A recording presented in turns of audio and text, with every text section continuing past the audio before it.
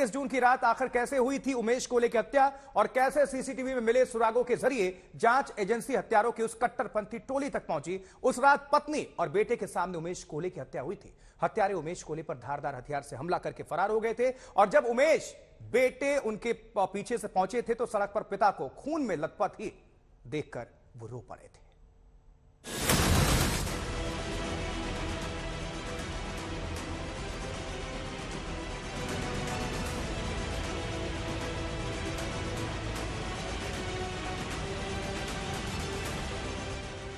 अमरावती में जो खूनी खंजर चला, मजहब के नाम पर उमेश कोल्हे का खून बहा, अब उस गुनाह की एक परतें खुलने लगी हैं।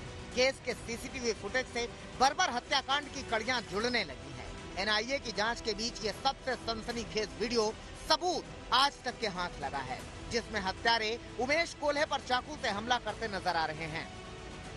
तस्वीरें भले ही कुछ धुंधली हों, लेकिन इन तस्वीरों में कट्टरवाद का वो जहर साफ नजर आ रहा है, जिसने महज एक सोशल मीडिया पोस्ट के चलते उमेश कोल्हे की जान ले ली। धुंधली तस्वीरों में दिख रहे ये आरोपी शोएब, शमीम और अतीक बताए जा रहे हैं।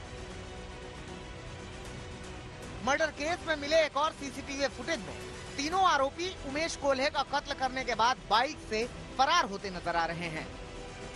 अब तक अमरावती मर्डर केस में 3 सीसीटीवी फुटेज सामने आ चुके हैं, जो इस बात का सबूत दे रहे हैं कि किसी प्लानिंग के साथ हत्या की इस वारदात को अंजाम दिया गया। 21 जून को 7 में से 3 आरोपी उमेश कोल्हे की दुकान के पास खड़े थे, बाकी 4 आरोपी उमेश के बारे में पल पल की जानकारी दे रहे थे।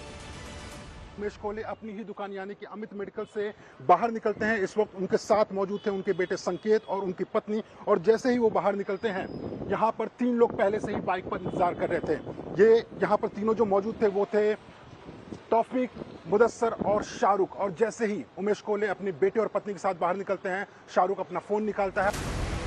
उमेश मेडिकल स्टोर पर बेटे और पत्नी के साथ थे।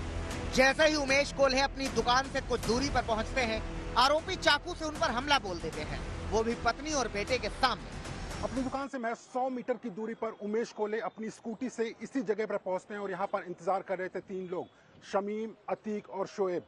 शमीम बाइक चला रहा था, शोएब बीच में बैठा हुआ था और उसने पहले से ही अपनी चाइनीज चाकू निकाल कर रखी हुई थी। जैसे ही उमेश कोल्हे की स्कूटी यहाँ पर पहुंचती है, वो अपना चाकू निकालता है, बाइक को रुकवाता है और तुरंत उनके गले पर एक बार हमला करता है। पूछताछ में ये भी पता चला है कि आरोपियों ने 20 जून को ही उमेश की हत्या का प्लान बनाया था, लेकिन इस दिन उमेश दूसरे रास्ते से अपने घर चले गए, जिसके बाद आरोपियों ने अगले दिन वारदात को अंजाम दिया। ऐसी जघन्य हत्या ने पूरे देश को सकते में डाल दिया। आज तक को मिली जानकारी के मुताबिक नुपुर शर्मा के समर्थन वाला मैसेज उमेश कोल्हे ने ब्लैक फ्रीडम नाम के व्हाट्सएप ग्रुप में 14 जून को 7:57 पर डाला था। व्हाट्सएप ग्रुप में उमेश कोल्हे का नाम दामित मेदी के नाम से सेव था। आरोप है कि इस पोस्ट का स्क्रीनशॉट लेकर वेटनरी डॉक्टर यूसुफ खान ने दूसरे ग्रुप और पर्सनल व्हाट्सएप पर डाला। यूसुफ खान नाम ग्रुप के डॉक्टर यूसुफ सर के नाम से सेव हुआ था। यूसुफ के जरिए उमेश का पोस्ट आतिफ, शोएब, इरफान शेख और अन्य लोगों तक पहुंचा, जिसके बाद इरफान ने बाकी आरोपियों के साथ उमेश की हत्या की साजिश रच डाली। अब एनआईए सभी सबूतों की पड़ताल कर रही है। उमेश की हत्या के पीछे बड़ी साजिश का पता लगा रही है। आपको भी कभी शुरुआत में लगा नहीं था कि नुपुर शर्मा का समर्थन करने की वजह से ऐसा हो सकता है? नहीं, कभी आपको लगा नहीं, मेरे को कुछ पता ही नहीं था वो किस में क्या हुआ है क्या नहीं। पहले तो हम लोग ही शौक में थे।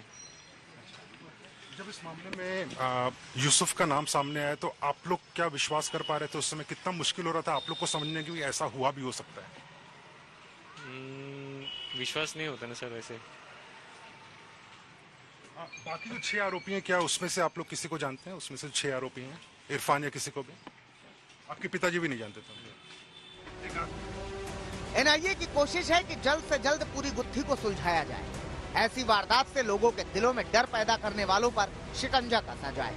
दिल्ली से जितेंद्र बहादुर सिंह के साथ मुनीश पांडे, अमरावती, आज तक।